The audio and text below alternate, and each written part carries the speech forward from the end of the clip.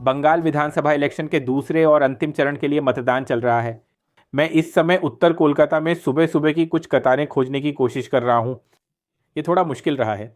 ये एक मेट्रो शहर है, इसलिए लोग वोट करने के लिए अपने समय पर आएंगे, लेकिन ये जोड़ा को विधानसभा कॉन्स्टिट्यूएंसी है और यहाँ कम से कम सुबह सुबह उन लोगों की कुछ कतारें हैं जो अपना वोट डालने आए हैं।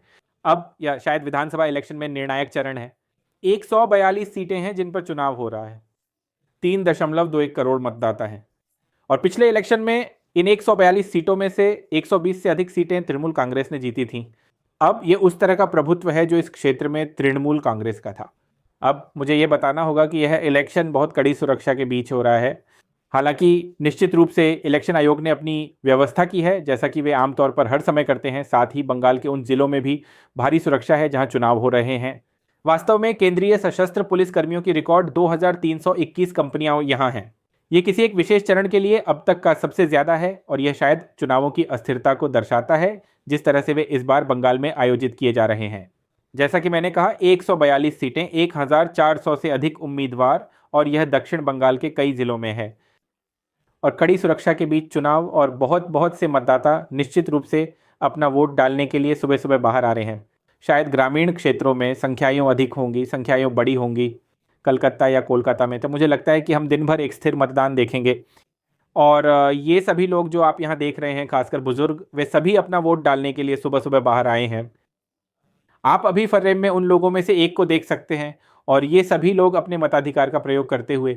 लेकिन जैसा कि मैंने कहा, इस इलेक्शन का दायरा इन शहरी इलाकों से लेकर मथुआ के गढ़ तक और बांग्लादेश सीमा पर स्थित क्षेत्रों तक भी है जो होंगे बारासात और इसी तरह के और भी। तो वास्तव में इस इलेक्शन में मुद्दों का एक मिश्रण सामने आ रहा है। हमने तृणमूल कांग्रेस को कल्याण के लिए कैंपेन करते देखा है। हमने उन्हें इस बारे में बात करते देखा है कि कैसे अब जाते हुए उनकी पूरी बाजी कल्याण पर रही है। लेकिन मैं भी, अगर मैं शायद बस आपसे बहुत जल्दी से बात कर सकूं, तो मैं पार्टियों के नाम नहीं चाहता या आपसे ऐसी कोई भी बात सर। ठीक है, ठीक है। लेकिन आप क्या कहेंगे, जब आपने अपना वोट डाला तो आपके लिए प्रमुख मुद्दे क्या थे? सर, ये लोकतंत्र का मंदिर है पोप, जहां मैं खड़ा हूं और मैं लोकतंत्र का जश्न मनाने आया हूं और मैंने लोकतंत्र के लिए मतदान किया है। ये बहुत अच्छी बात है सर। और सर, आपने क्या कोई मुद्दा आपके मन में था जब आप अपना वोट डालने आए थे, कुछ ऐसा जो इस इलेक्शन में आपके लिए सबसे ज्यादा मायने रखता हो? मेरे लिए राष्ट्र सबसे ज्यादा मायने रखता है। जो लोग राष्ट्रीय मूल्यों के लिए खड़े होते हैं वे सबसे ज्यादा मायने रखते हैं, क्योंकि अंततः राष्ट्र और लोकतंत्र की ही जीत होती है। धन्यवाद। ये एक बहुत अच्छी भावना है। जय हिंद। ना शायद वोटर शुरू करने के लिए बहुत बहुत धन्यवाद।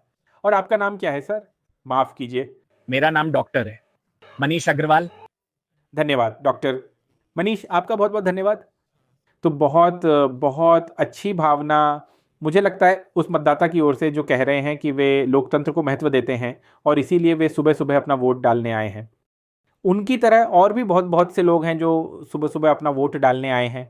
मैं मतदाता से बात करने से पहले, मैं, आप जानते हैं, मोशन मुद्दों के बारे में भी बात कर रहा था। तो जैसा कि मैंने कहा, टीएमसी ने कल्याण और उन सभी योजनाओं पर बहुत अधिक भरोसा किया है जो उन्होंने लागू की है, जिनके बारे में वे कहते हैं कि उन्होंने बंगाल के लोगों की मदद की है। बीजेपी ने बेशक बदलाव के लिए जोर शोर से प्रचार किया है। वे कहते हैं कि यह टीएमसी और तथाकथित उस सरकार के कुशासन के कारण है कि बंगाल यूं कहें तो एक चौराहे पर है। और वे कहते हैं कि अगर बदलाव आता है तो वे बंगाल में और अधिक विकास लाएंगे। लेकिन बेशक ये सब राजनीति है, ये सब मतदाताओं के हाथ में है और इसीलिए इतने सारे लोग सुबह सुबह अपना वोट डालने के लिए बाहर आ रहे हैं। शायद मैं इस तरफ थोड़ा और जाकर आपको कुछ और मतदाता दिखा सकता हूं जो सुबह सुबह आए हैं। मैम, क्या मैं आपसे बस थोड़ी देर बात कर सकता हूं? हाँ। आपका नाम क्या है? मंजू किमता। मंजू जी। जी।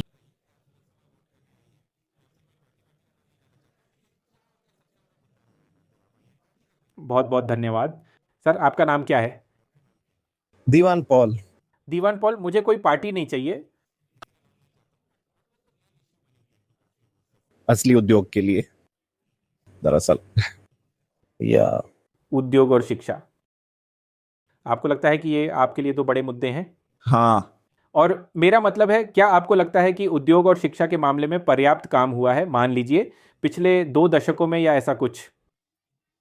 नहीं, मुझे ऐसा नहीं लगता। देखिए, आप ऐसा क्यों कहते हैं सर? यूं तो टाटा तो चल गया ना। तो यहाँ नौकरी के परिदृश्य पर आपके क्या विचार हैं सर? या अभी बंगाल में कार्य संस्कृति कैसी है, इस पर आपके क्या विचार हैं?